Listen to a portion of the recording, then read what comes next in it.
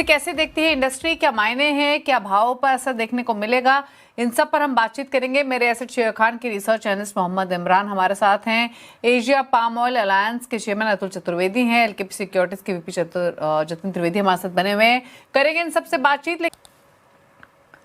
तो ये पीएम मोदी को आपने सुना जो हैदराबाद में उन्होंने बात कही, और आज हमने इक्विटी मार्केट्स का रिएक्शन देखा, कमोडिटी मार्केट्स का रिएक्शन देखा। जो वेस्ट एशिया वॉर सुलझ सकती है, जो उसकी उम्मीदें बनती हुई दिखाई दी थी, वो वापस से ठंडी पड़ गई हैं। जतिन, क्विकली आपने क्या स्ट्रैटेजीज रेकमेंड की हैं कच्चे तेल पर अपने क्लाइंट्स को?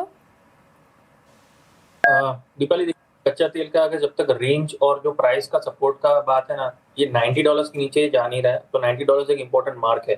आई थिंक ये लास्ट वीक भी हमने डिस्कशन किया था कि $90 के नीचे जब तक ये स्टेबल नहीं होता तब तक इसके अंदर और ज्यादा वीकनेस नहीं आएगी, और वहीं से बाउंस बैक किया है। और अब ये जो 105 110 के रेंज में ऊपर में ट्रेड कर रहा है, 110 के ऊपर वीकली क्लोजिंग या डेली क्लोजिंग आ जाती है ना, तो एक बड़ी रैली जो है और इसके अंदर काउंटर हो सकती है कच्चे तेल के अंदर, जो इसको फिर से 120 125 के पास लेके जा सकती है। तो क्लोजिंग बेसिस पे इसको ट्रैक करना बहुत ज्यादा जरूरी है। 110 के ऊपर अगर क्लोज करना शुरू कर देता है ब्रांड, तो 120-25 की लंच जो है बहुत जल्दी आसानी से देखने मिल जाएगी। और ओवरऑल जब तक ये 90 के नीचे नहीं जाता तब तक टेंशन जो है वो वेस्टर्न एशिया की ये कंटिन्यूड रहेगी, और यूएस ईरान की सोल्यूशन जो है जब भी आएगी उसके बाद ही 90 तोड़ेगा, मुझे लग रहा है। तो ये तो बात कच्चे तेल की हुई। अब जतिन त्रिवेदी बने हुए हैं, बात करते हैं ट्रेडिंग स्ट्रैटेजीज की, और पहले कुछ ट्रेड्स ले लेते हैं। बताइए, क्रूड पर तो आपने बातचीत की जतिन, इसके अलावा कुछ ट्रेड्स आइडेंटिफाई किए हैं? अब बेस मेटल में मार्केट अच्छा है दीपाली, जिस तरह से ये फिर से रीएस्केलेशन हो रहा है, तो एल्यूमिनियम की प्राइस जो है वो यहाँ से फिर से एक तेजी की रूप जो है वो ले सकते हैं इस हफ्ते के दौरान। और ट्रेडिंग के हिसाब से अगर देखने जाएंगे तो 372 के आसपास एक अच्छी खासी सपोर्ट है। 372 के रेंज में, 372.50 के रेंज में मिलता है तब वहां पर खरीदने की राय रहेगी। 368 के स्टॉप लॉस के साथ में और 377 के टारगेट रहेंगे। तो एल्यूमिनियम जो है वो पहला पिक रहेगा। दूसरा पिक जो बन के आ रहा है वो कॉपर के अंदर बन के आ रहा है, क्योंकि अगर किसी बेस मेटल मार्केट के अंदर एक फॉर्मेशन अच्छा है टेक्निकली, तो कॉपर के अंदर एक फ्रेश ब्रेकआउट भी हुआ है। इसके अंदर एक रेंज के अंदर फंसा था, सीज फायर के बाद हमने देखा था फरवरी मंथ में पूरा एक रेंज में था जहां पर 1270 से लेके 1300 इस रेंज के अंदर फंसा हुआ था। अब 1300 के ऊपर जब से ये ट्रेड होने लगा है तब से एवरीडे हम रोज के दिन में हम देखें तो 1% से 1.25% की बढ़त जो है वो रोज देखने मिल रही है इसके अंदर। तो जब तक ये 1320 के ऊपर ट्रेड करा तब तक नेक्स्ट 2 से 3 दिनों के लिए इसके व्यूज जो है पॉजिटिव निकल के आ रहे हैं। हायर साइड पे 1350 से लेकर 1360 ये इसकी रेंज बनेगी रेजिस्टेंस की, जहाँ पर एक्सटेंडेड फिबोनाची एक्सटेंशन है, वहां तक ये जा सकता है।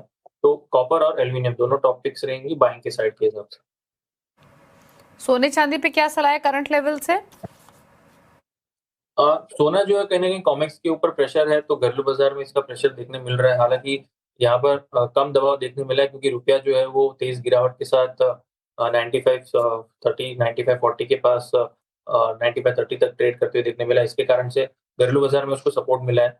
लेकिन कॉमेक्स के अगर ट्रेंड देखने जाएंगे तो थोड़ा सा प्रॉफिट बुकिंग का दौर जो शुरू होते हुए देखने मिल रहा है, जहाँ पर $4700 के पास एक रेजिस्टेंस है। तो सेल ऑन राइज की रणनीति ज्यादा फेवरेबल लग रही है सोने के अंदर। 1,52,500 ये जो है वो मेजर रेजिस्टेंस लेते हुए देखने मिल रहा है आज के दिन में। सो नेक्स्ट से आज से अगले 2-3 दिनों तक अगर 1,53,000 के ऊपर जब तक ट्रेड नहीं करता, 1,53,000 के ऊपर, तब तक ये सेल ऑन राइज का व्यू पॉइंट लेकर चले।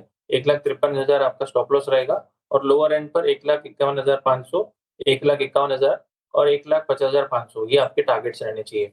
सो सेल ऑन राइज की रणनीति अपना 1,52,300 ये एक अच्छा कंफर्ट जोन रहेगा सेल करने के हिसाब से। एग्री बास्केट से भी कुछ पिक करेंगे क्या, स्पेशली कोरिएंडर पर कोई राय आपकी? दीपाली, आज के दिन अगर हम देखें तो सभी एग्री कमोडिटीज के अंदर एक मुनाफा वसूली देखने मिल रहा है, कोरिएंडर को छोड़ के। कोरिएंडर एक अच्छी खासी एक बढ़त के साथ ट्रेड करते हुए देखने मिल रहा है। यहाँ पर लेवल्स जो है वो थोड़े पैन आउट हो रहे हैं पॉजिटिव साइड के डेवलपमेंट के हिसाब से। फर्दर इन द वीक मुझे लग रहा है जब तक 12,100 12,200 ये लेवल जब तक होल्ड कर रहा है तब तक पॉजिटिव साइड के ट्रेंड जो है देखने मिल सकती है। हायर साइड में 12,700 से 12,800 रेजिस्टेंस रहेगा। 12,400 के जितना नजदीक लेंगे उतना रिस्क रिवॉर्ड फेवरेबल है, क्योंकि 12,200 के नीचे आपका स्टॉप लॉस बनेगा और 12,700 से 800 का टारगेट बनेगा। ओके, तो ये राय कोरिएंडर पर रही। फिलहाल 12,454 पर कारोबार करते हुए दिखाई दे रहा है। अच्छा, क्विकली एक राय ग्वार पैक पर भी ले लेते हैं। ग्वार पैक पर क्या राय रहेगी? वीकनेस का ट्रेंड है दीपाली, इस हफ्ते थोड़ा-सा वीकनेस रह सकता है, जिस हिसाब से fresh start of the week में ये दोनों ही ग्वारगम और गॉरसेट दोनों वीकनेस के साथ ट्रेड कर रहे हैं। ग्वारगम जब तक 11,300 के नीचे 11,500 के नीचे ट्रेड कर रहे हैं तब तक सेलिंग का व्यू रहेगा। 11,200 के रेंज में 11,200 से 11,300 के रेंज में इसको सेल करके चलना है। 11,550 के ऊपर स्टॉप लॉस रखें। गॉरसीड में 5,700 ये लेवल के ऊपर जब तक ट्रेड नहीं करता तब तक इसके अंदर वीकनेस का ट्रेड आपको मिलते रहेगा। 5,400 से 5,300 ये टारगेट के हिसाब से 5,750 के स्टॉप लॉस के साथ में इसके अंदर भी सेलिंग की रणनीति अपनाएं। ओके, चलिए, तो ये रही ट्रेडिंग स्ट्रैटेजीज आपके लिए एग्री नॉन एग्री पैक से। शुक्र जतिन आने के लिए शो में और सभी ट्रेड्स रेकमेंड करने के लिए। इसी के साथ एक ब्रेक के उस पर आप देखिए आवाज समाचार। नमस्कार।